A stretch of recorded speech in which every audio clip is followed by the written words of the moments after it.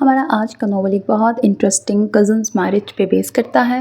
Hero اور heroine خالہ زاد ہوتے ہیں، ایک ہی گھر میں ہوتے ہیں۔ سٹوری کچھ اس طرح سے ہے کہ ہیروئن اپنے دادکوں والی سائڈ سے یعنی کہ فادر والی سائڈ سے وہ غریب ہوتے ہیں کافی، جبکہ اس کے نانکوں والی سائڈ پر اس کی مدر کی سائڈ سے کافی اثر و رسوخ ہوتے ہیں، بڑا امیر ہیں، نام ہے، رتبہ ہے، شہرت ہے، اور اپنی ناک اور اپنے نام کا بہت زام ہے سب لوگوں کو نانکے والی سائڈ پر۔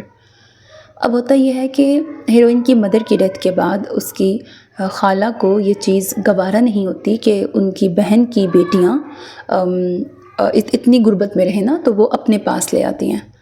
اب یوں بچپن سے ہی ہیروئن اور اس کی بڑی بہن اپنی خالہ کے گھر رہ رہے ہیں، اور یہیں پر ہیرو ہوتا ہے، یعنی کیونکہ وہ ان کا خالہ زاد ہے، اور بھی ڈھیر ساری کزنس ہیں، میل فیمیل سب لوگ اسی گھر میں رہتے ہیں۔ یہاں پر ہیرو کی مدر جو کہ ہیروئن کی خالہ ہیں، ان کا بڑا روب ہوتا ہے، گھر میں انہی کی چلتی ہے۔ اور جیسے میں نے بتایا کہ ان کو اپنے فادر سے یہ چیز ملی تھی کہ نام، رتبہ، شہرت، مرتبہ کیا چیز ہوتی ہے، اس طرح والی چیزیں نا، بڑے اپنے زام میں ہوتے ہیں وہ۔